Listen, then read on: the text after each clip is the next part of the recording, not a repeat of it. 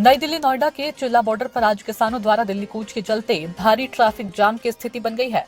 किसान अपनी प्रमुख मांगों को लेकर दिल्ली मार्च करने पर अड़े हुए हैं। यह आंदोलन भूमि अधिग्रहण, मुआवजे और अन्य विभिन्न मुद्दों को लेकर हो रहा है। आंदोलनरत किसानों का नेतृत्व संयुक्त किसान मोर्चा और भारतीय किसान परिषद जैसे संगठनों के द्वारा किया जा रहा है। किसान इस समय अपने अधिकारों की रक्षा और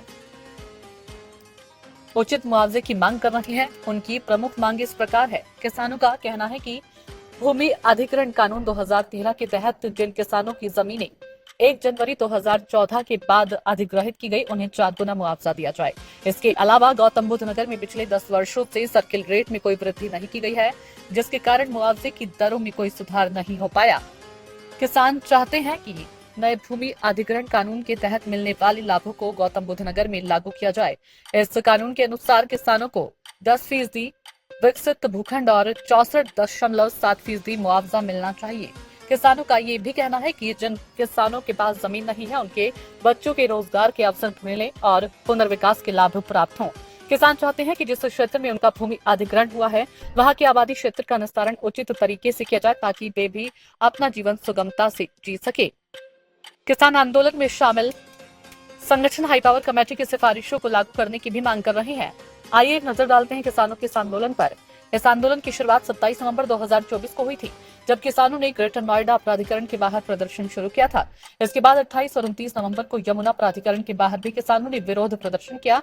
इन प्रदर्शनकारियों के नेताओं के विभिन्न अधिकारियों के साथ वार्ता भी हुई थी, लेकिन किसानों की डिमांड्स पर कोई ठोस सहमति नहीं बनी। इसके बाद किसानों ने 2 दिसंबर 2024 को दिल्ली कूच करने का फैसला लिया और संसद घेराव की चेतावनी दी। किसान आंदोलन का नेतृत्व संयुक्त किसान मोर्चा, भारतीय किसान परिषद और किसान मजदूर मोर्चा जैसे प्रमुख संगठन कर रहे हैं। किसानों के दिल्ली कूच को लेकर नोएडा और दिल्ली पुलिस दोनों ही पूरी तरह से अलर्ट है। पुलिस ने चिल्ला border, DND border, Kalindi border और अन्य प्रमुख मार्गों पर बैरिकेड्स लगाकर इन मार्गों को बंद कर दिया है।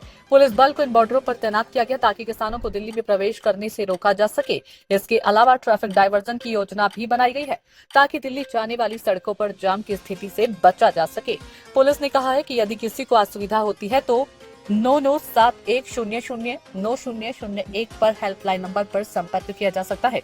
पुलिस ने यात्रियों को सलाह दी है कि वे अधिक से अधिक मेट्रो का उपयोग करें, क्योंकि सड़कों पर भारी जाम की संभावना है। Traffic diversion, Noida Delhi border और अन्य प्रमुख मार्गों पर भारी ट्रैफिक जाम की आशंका है। इस कारण ट्रैफिक डायवर्जन की योजना बनाई गई है।